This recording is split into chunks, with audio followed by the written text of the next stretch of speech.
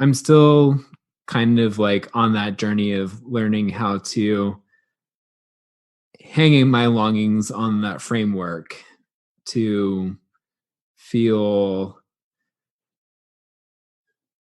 taken care of during the season. But I think that is going to be as my life goes on, that's going to be a helpful thing to lean into each year in the Advent season is the way that the Christian life affirms and calls us into that longing for Jesus's presence and for his work in the world.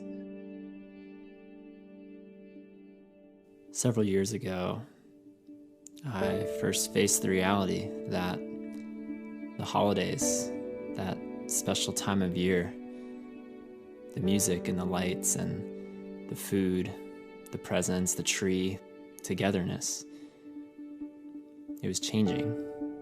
It was changing into something really similar and yet utterly different, foreign. It was epitomized in a line my sister said one night when she was engaged to be married, and I was not feeling it. I was feeling the disconnect. I was feeling the prospect of changing tides, changing times. And I wanted to stay home. I didn't want to go out. I didn't want to go to church on Christmas Eve. And my sister said, "Come on, Tom. This is going to be my last year of always being here." And that line cut to the core. I know she didn't mean it maliciously or with any kind of ill intent. It was just a reality that by this time next year she'd be married and sharing time with her husband's family. And eventually I did get up off the couch and I did walk down the street to the live nativity, the same live nativity that I'd seen for the previous 30 years. And yet it was different this time. Sure, there was the joy of seeing goats and sheep, a donkey and a camel, but seeing a plastic baby Jesus that year in the manger, it almost did feel like none of this was real anymore. That the hope and the magic of Christmas was running out. My favorite Christmas hymn, ever and always, has been O Come, Emmanuel.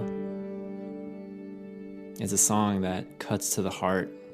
It is a haunting song, but one that calls for hope above all else. That despite the shifting sands and despite the uncertainty and the chill of the air, God is here. God is with us. And now more than ever, do we need that reminder? Some of the lyrics to this favorite hymn read as follows. O come, Emmanuel, and ransom captive Israel that mourns in lonely exile here until the Son of God appear. O come, thou rod of Jesse, free thine own from Satan's tyranny. From depths of hell thy people save, and give them victory o'er the grave. O come, thou dayspring from on high, and cheer us by thy drawing nigh. Disperse the gloomy clouds of night, and death's dark shadows put to flight. O come, thou key of David, come and open wide our heavenly home. Make safe the way that leads on high, and close the path to misery. O come, desire of nations, bind all peoples in one heart and mind. Bid envy, strife, and quarrels cease. Fill the whole world with heaven's peace. Rejoice, rejoice, Emmanuel shall come to thee, O Israel.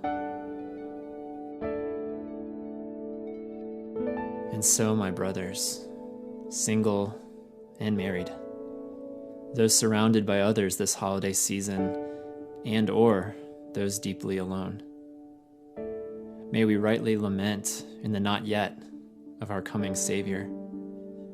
He came once to instill our hope, and how we long for him to come back once and for all and make all things right.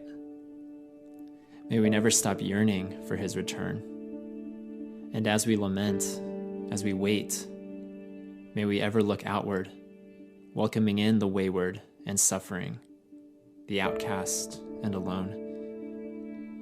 And just as we rightly lament, may we also rightly rejoice, rejoicing in our present hope.